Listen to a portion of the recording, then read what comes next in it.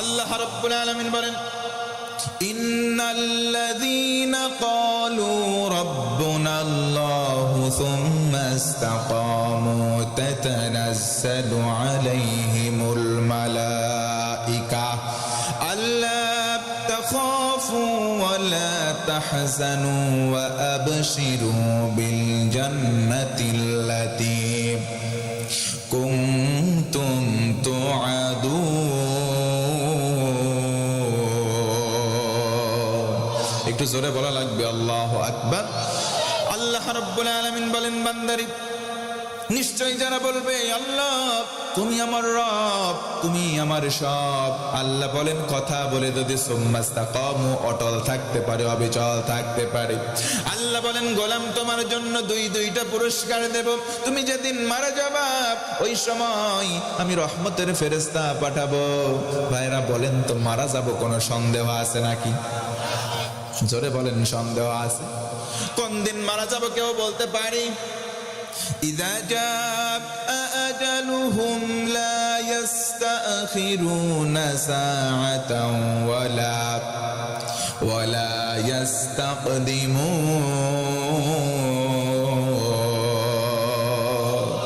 আমার আল্লাহ বলেন, ও গোলাম মৃত্যুর সময়সীমা যখন বরাদ্দ হয়ে যাবে, টিকিট যখন চলে আসবে, 1 সেকেন্ড তোমাকে ছাড় দেওয়া হবে না। জায়গার মধ্যে তোমার মৃত্যুবরণ করাই লাগবে।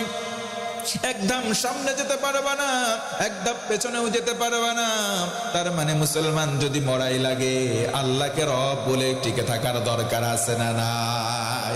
ওই মৃত্যুর সময় রহমতের ফেরেশতা আসবে, এসে বলবে লা তাখাফু তোমার কোনো ভয় নাই, ওয়ালা তাহজানু তোমার কোনো চিন্তা নাই, ওয়া আবশিরু বিল জান্নাতিল্লাতী কুনতুম তুআদুন। ফেরেশতা বলবে ওই জান্নাতের শুভ সংবাদ নাও। আমরা যদি বলি কোন জান্নাত, আল্লাহ বলবেন গোলাম ফেরেশতার মাধ্যম করে জানায় দিলেন ওই জান্নাতের শুভ সংবাদ লও, যেই জান্নাতের ওয়াদা, যেই জান্নাতের অঙ্গীকার আমাদের রব আলমে আর রুহের জগতে আমাদের সঙ্গে করে রেখেছেন। জোরে বলুন সুবহানাল্লাহ। নামাজ অনেকে আমরা পড়ি, অনেকে পড়ি না, কিন্তু 5 শ্রেণীর মুসলমান আমাদের সমাজে আছে। 1 নম্বর মুসল্লি হলো শুকুর আলী মুসল্লি। সপ্তাহে শুধু শুক্রবারে জুমার নামাজে যায়, সারা সপ্তাহ নামাজে যায় না, এমন শুকুর আলী মুসল্লি 2-1টা হারা গাছে আছে না নাই? 2 নম্বর হলো রমজান আলী মুসল্লি। রমজান মাসে নামাজে যায়, সারা বছর খোঁজ নাই, তারাবির সময় সামনের কাতারে যায়। নিয়মিত যারা নামাজ পড়ে তারাবির সময় সামনের কাতারে জায়গা পায় না। ও ভাইরা, রমজান আলী মুসল্লি 2-1টা এলাকায় আছে না নাই? 3 নম্বর হলো বরাত আলী মুসল্লি। সবে বরাতে যাই, এই মসজিদে খিচুড়ি, ওই মসজিদে জিলাপি তালাশ করবার জন্য যায়, এছাড়া কোনো ধান্দা নাই। বরাত আলী মুসল্লি 2-1টা আছে না নাই? 4 নম্বর হলো কদর আলী মুসল্লি। সবে কদরে যাই। 5 নম্বর ঈদ আলী, 2 ঈদের নামাজে যাই, সারা বছর কোনো খোঁজ নাই, এমন মুসল্লি 2-1 জন রংপুরে আছে না নাই? ফি জান্নাতি ইয়াতাসাআলুনা আনিল মুজরিমিন মা সালাকাকুম ফি সাকার ক্বালু লাম নাকু মিনাল মুসাল্লিন। জান্নাতীরা জান্নাতে চলে গেল, জাহান্নামীরা জাহান্নামে।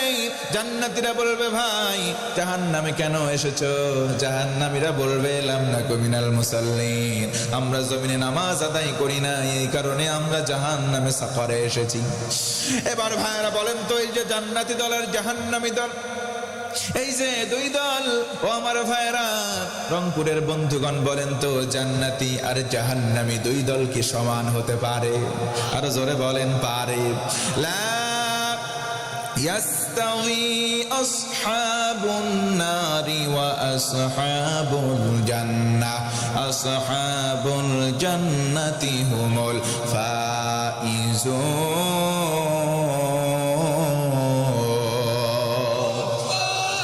আল্লাহ রাব্বুল রব্বুল আলামিন বলেন বান্দারি জান্নাতি জাহান্নামী দুই দল সমন্বয় জান্নাতি হবে যারা চূড়ান্ত সফল হবে তারা আওয়াজ করে একবার বলা লাগবে সুবহানাল্লাহ অনেক যুবক আছে নামাজ পড়ে না তুমি রাত্রিবেলা শোও সকাল হয়ে যায় তোমার ঘুম ভাঙে না দুপুর হয়ে যায় তবু তোমার ঘুম ভাঙে না যুবক বন্ধু তুমি মনে রাখবা তোমার যখন ঘুম ভাঙবে ওইটা হবে সকাল আর যদি তোমার ঘুম না ভাঙে উঠবা তুমি ঠিকই সেটা হবে তোমার জন্য পরকাল কথা বলেন ঠিক কিনা যে আমার কোরআনের দাওয়াত দেন কেউ কেউ এসে বাধা দেয় আবার যখন ওই হজের মৌসুম চলে আসে দূর দূরান্ত থেকে যখন মানুষগুলো আসে তৎকালীন কিছু নিয়ম নীতি মান্য করবার জন্য যখন বাইর থেকে লোকজন আসা শুরু করলো কাফের আর কুফফারদের নেতারা সিদ্ধান্ত নিল বলে দাও মোড়ে মোড়ে দাঁড়াও বলো আমাদের এলাকায় একটা পাগল আছে নাম তার মুহাম্মদ তোমরা তার কাছে যাবা না কি বলে সেটাও তোমরা শুনবা না লোকজন চিন্তা করলো পাগল যদি থাকবে বলার কি আছে পাগল যদি থাকবে বলার কিছু নাই পাগল যেহেতু আছে আমরা এসেছি বিদেশ থেকে পাগল না দেখে আমরা দেশে ফিরে যাব না দুপুরের সময় নবী আমার উত্তপ্ত বালিকাময় পরিষ্কার মরুভূমি তিনি বসা কোরআনে কারিমের তেলাওয়াত গুনগুন গুনগুন করে তিনি করেন দূর থেকে লোকজন যায় দেখে আহারে এত সুন্দর পাগল আমাদের জীবনেও দেখি না সূর্যের আলোর দিকে তাকাই দ্বিপ্রহরে সূর্যের আলোর দিকে তাকাই আবার নবীজির চেহারা মোবারকের দিকে তাকাই একবার বলতে বাধ্য হয় আহারে নবীর চেহারা মোবারকের কাছে সূর্যের আলো একেবারে এই সময় অম্লান হয়ে যায় এত সুন্দর চেহারা পৃথিবীতে আর একটাও নাই কথা বলেন ঠিক কিনা